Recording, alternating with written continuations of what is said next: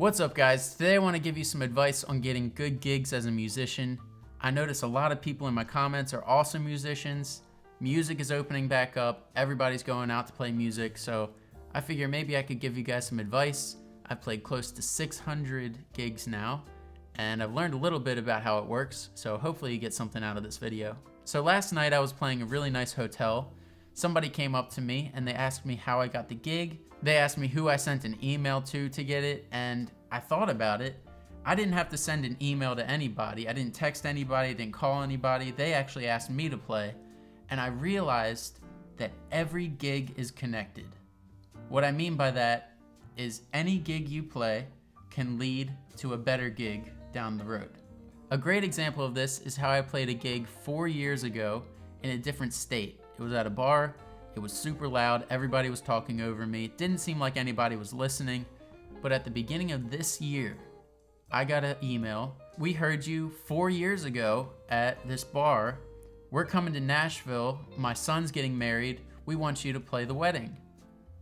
I wouldn't have gotten that gig if I didn't play 4 years ago, which was just another gig at the time. Like, you know, it was work. It wasn't like a fun show. I wouldn't have gotten this great wedding gig if I didn't play the gig 4 years ago. Everything's connected. That's one of the main points I want to get across in this video, is that even when you're playing these gigs that seem like they don't matter, they can lead to something bigger and better. Another piece of advice I would have is something my friend told me not too long ago. Background music is often part of the job. A lot of times people will not be listening, and it can make you mad. It can make you really annoyed when people are just looking at their phone or talking over you. You have to realize that you're not always going to be the center of attention.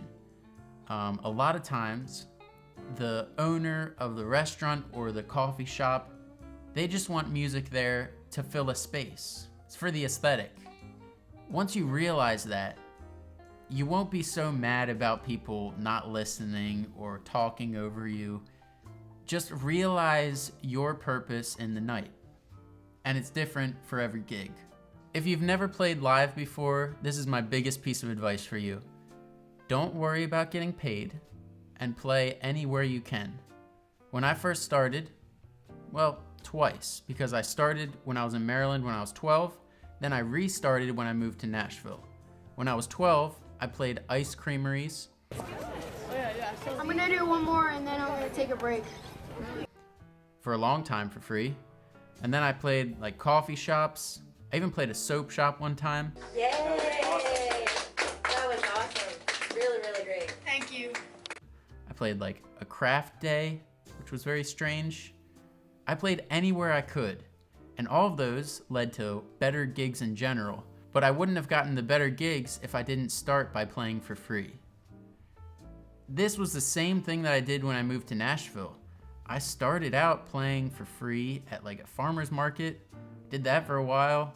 I played downtown for free. It was like a 3-hour gig. It was definitely not worth the money, but it led to better gigs, and it led to me meeting people that could help me get better gigs. So treat every gig as if it's a great gig, because it really could be, even when you don't see it as one. I hope this advice helped somebody out there. This was just kind of on my mind, and I figured I'd make a YouTube video about it. Thank you guys for watching. Be sure to like and subscribe, and I'll see you in the next one.